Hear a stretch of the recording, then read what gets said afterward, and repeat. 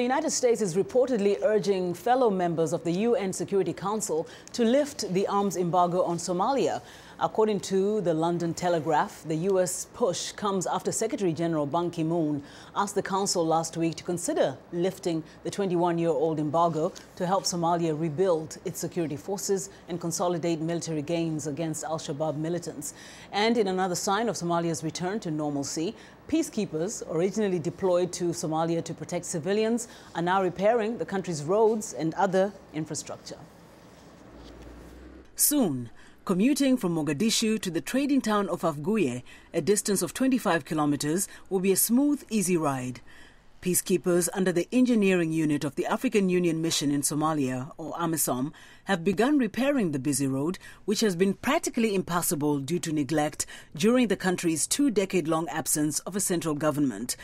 The Afguye corridor, located in the Lower Shabelle region, had been under the control of Al-Shabaab militants who have since been forced out by the Somali National Army, aided by the Ugandan contingent of the African Union Peacekeeping Force in what was known as Operation Free Shabelle.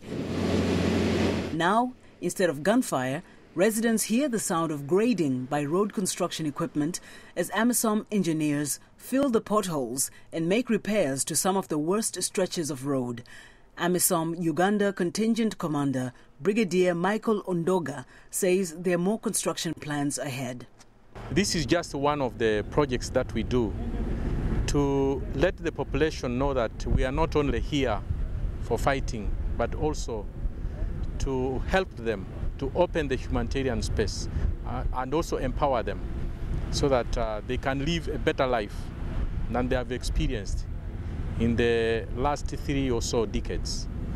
Once the combat engineers are done with this 4.2-kilometer stretch, they plan to provide their expertise to other towns and highways. AMISOM has employed 20 skilled locals to help in the construction work, while a few men from communities living along the corridor are involved in menial jobs for a small fee.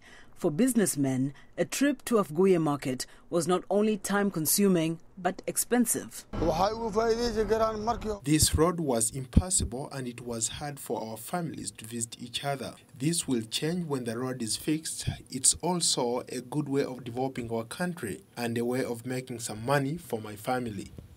Since the insurgents were driven out of Mogadishu in 2011 and other parts of the south thereafter, Somalia has successfully elected a new president and parliament who have now embarked on a reconstruction process.